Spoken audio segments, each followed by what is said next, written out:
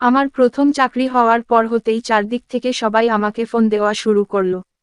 বিশেষ করে আমার দাদি, ফুফুরা, বাবার দ্বিতীয় স্ত্রী, তার ছেলেমেয়েরা। মায়ের কাছ থেকে শোনা, ঘরে মায়ের কাজকর্মের ঠুনকো বিষয়গুলো যখন নাকি সংঘাতের রূপ নিল, তখনই দাদির কঠোর সিদ্ধান্তে বাবা মাকে ডিভোর্স দেয়। বাবারও নাকি মতো ছিল মাকে ছেড়ে দেওয়ার। তখন আমার বয়স 5 বছর। আইনমতে কন্যাসন্তান মায়ের কাছে থাকবে, ভরণপোষণ বাবা বহন করবে, এটাই ফাইনাল হয়েছে। শুরু হলো মায়ের সাথে নানার বাড়িতে আমার জীবনযাপন। মা একটি স্কুলে শিক্ষকতার চাকরি করতে লাগলো। আমার বাবা ভরণপোষণ দেয় বলতে 2 ঈদে কিছু টাকা আর জামাকাপড়। মা তা নিয়ে কোন বাড়াবাড়িই করতো না। কারণ হিসেবে মা বলতো, এই মেরুদণ্ডহীন লোকটার কণ্ঠ শুনতেও রুচিতে বাধে। যে মায়ের কথাকে বেদবাক্য মনে করে আর স্ত্রীর কথাকে গ্রাহ্যই করে না। যে বিশ্বাস করে জীবনে সুখে শান্তিতে থাকতে হলে মায়ের সন্তুষ্টির বিকল্প নেই।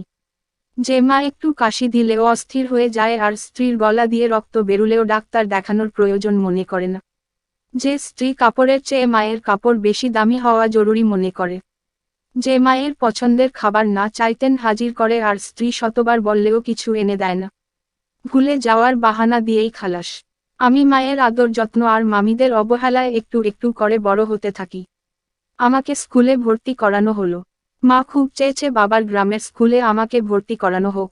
কারণ নানাদের একান্নবর্তী পরিবার, অনেকগুলো ছোট ছোট বাচ্চা, সারাদিন মারামারি লেগেই থাকে। আর বাবাদের একা বাড়ি, বাবার আর কোন ভাই নেই, শান্তিপূর্ণ পরিবেশ। কিন্তু দাদি তা হতে দেয়নি। সব সময় শুনতাম দাদা দাদিরা নাতি নাতনিকে পেটের সন্তানের চেয়েও অধিক যত্ন করে। কিন্তু আমি একথা মানি না। কোন এক অজ্ঞাত কারণে আমার হিংসুটে দাদি দুচোখেও আমাকে পছন্দ করে না। অথচ সৎ মায়ের ঘরের আমার সৎ বোনকে দাদি নিজের প্রাণের চেয়েও বেশি ভালোবাসে। এর কারণ হিসেবে আমার মনে হলো, আমার চেহারা সবার চেয়ে খারাপ, তাদের সবার চেহারা সুন্দর। তাই আমার মুখ দেখলেই দাদির মুখে অমাবস্যার ঢল নামে। আরেকটা কারণ, বাবার ছেড়ে দেওয়া স্ত্রীর পেটে জন্ম নিয়েছি আমি। যাকে ঘৃণা করে বের করে দিয়েছে বাড়ি থেকে, তার পেটে ধরা সন্তানকে কেন ভালোবাসবে? বাবা আমাকে 2 ঈদে বাড়ি নিয়ে যায় লোক পাঠিয়ে। তখন খাতির যত্ন অনেক করে। প্লেট থেকে মুরগির কলিজা, বড় চিংড়ি আমার প্লেটে তুলে দেয়। গাছ থেকে পেয়ারা, লিচু পেড়ে দেয় চুপি চুপি। দোকান থেকে কাপ আইসক্রিম কিনে দেয়। তাতেই আমার কলিজা দ্বিগুণ হয়ে যায়। বুঝে নেই বাবা আমাকে অনেক ভালোবাসে। ভুলে যাই আমার প্রতি দাদির একদরিয়া ঘৃণাকে। বাবার মায়া মমতায় কোন খাদ ছিল না। কিন্তু দুঃখ হতো বাবা তার মায়ের একমাত্র বাধ্য ছেলে। তার মা যার সম্পর্কে যেভাবে বোঝাতো, বাবা সেটাই বুঝে নিত। তাই বাবাকে আমারও মেরুদণ্ডহীন মনে হতো। এক শীতের আগমনী সময়ে বাবা ঢাকায় গেল প্রয়োজনে। আকস্মিক বাস চাপায় বাবা মরে গেল। পুরো বাসের কারোই কিছু হলো না, আমার বাবাই শুধু মরে গেল। গভীর রাতে এই নির্মম সংবাদটি মায়ের মোবাইলে ফোন দিয়ে অন্য কেউ জানায়। আমার মামা আমাকে নিয়ে যায় দাদার বাড়ি। আমি বাবার নিথর দেহখানির দিকে চেয়ে থাকি আর ভাবি এ জন্মে বাবার বাড়িতে আমার বুঝি আর আশা হবে না। বাবা মারা যাওয়ার পরও মাঝে মাঝে যাই, তাও যাই বিপদে পড়ে। নানার পরিবারে যখন অশান্তি শুরু হয়, তখন মা উপায়ন্তর না পেয়ে পাঠিয়ে দেয় কয়েকদিনের জন্য। নিজের দাদির শত্রুর মতো আচরণ দেখেও থাকতে হয় অসহায় আমার বেহা সেজে। আমি এলে দাদি ভুলেও জানতে চায় না আমি কেমন আছি।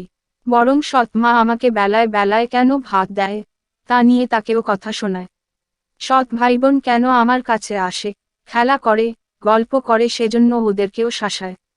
সময়ের সাথে পাল্লা দিয়ে আমি বড় হতে থাকি। মন দিয়ে পড়াশোনা করি। ভালো ছাত্রী হওয়ার দরুন কলেজে উঠেই নানাবাড়ির আশেপাশের কিছু স্টুডেন্ট পেয়ে গেলাম। ওদেরকে পড়াই। মাস শেষে বেতন পেলে কিছু টাকা মামাতো ভাইবোনদের পিছনে খরচ করি। মামিরা খুশি। এখন আমাকে আগের চেয়ে বেশি সমীহ নজরে দেখে। বুঝতে পারলাম যোগ্যতার কদর সবাই করে। তেলা মাথায় তেল সবাই দিতে চায়। দাদার বাড়িতে যাওয়া একেবারেই বন্ধ করে দিয়েছি। কলেজ পাশ করে আমি এখন অনার্সের প্রায় শেষের দিকে। টিউশনি করে আর মায়ের শিক্ষকতার টাকায় মোটামুটি মা মেয়ের বেশ চলে যায়। মা আর দ্বিতীয় বিয়ে করেনি কেবলমাত্র আমার কথা ভেবেই। মেঘ না চাইতেন বৃষ্টির মতো একটা প্রাইভেট কোম্পানিতে পার্ট টাইম জব পেয়ে গেলাম। বেতনও ভালো। অনার্স মাস্টার্সে পড়ার চাপ নেই স্কুল কলেজের মতো। তাই আর আপত্তি করলাম না চাকরির অফারটা পেতেই। যে ফুফুরা কালে ভদ্রে ফোন দিত, তারা এখন সপ্তাহ পার না হতেই ফোন দিয়ে ভালো মন্দ খবর নেয়। যে দাদির চোখের বিষ আমি, তার আদিক্ষেতা দেখলে আমার সারা গা ঘিনঘিন করতে থাকে। গলায় দর্দের সুর দেখলে বমি আসে। সৎ মায়ের কুশলাদি জিজ্ঞেস করা দেখলে হাসি আসে। আমি শুধু একবার ভাবি, যখন আমার জীবনে দুঃসময় ছিল, তখন এই নামধারী প্রিয়জনদের দরদ কোথায় ছিল। ভালো করে কখনোই একটু গল্পগুজব করেনি আমার সাথে। বুকে টেনে নেয়নি এরা পরম মমতায়। আর আজ যখন আমার জীবনে সুসময়ের আগমনী বার্তা ধরা দিতে এলো রংধনুর মতো, অমনি তাদের উপচে পড়া দরদ শুরু হয়ে গেল। বিশেষ করে দাদির একমাত্র উপার্জনক্ষম ছেলেকে হারিয়ে তিনি এখন শারীরিক, মানসিক, অর্থনৈতিকভাবে ধরাশায়ী নিয়তির করাতলে। রসিয়ে রসিয়ে আলাপ জুড়ে দেয়। আমি ব্যস্ততা দেখিয়ে ফোন রেখে দিই। আমাকে নাকি দাদির এখন দেখতে ইচ্ছে করে। মনে মনে বলি, দাদি ভুলানো কথায় যে এখন আমার মন ভোলে না। সময় যে কখন কার হয়ে ধরা দেয় তা আগে থেকে কেউই বলতে পারে না।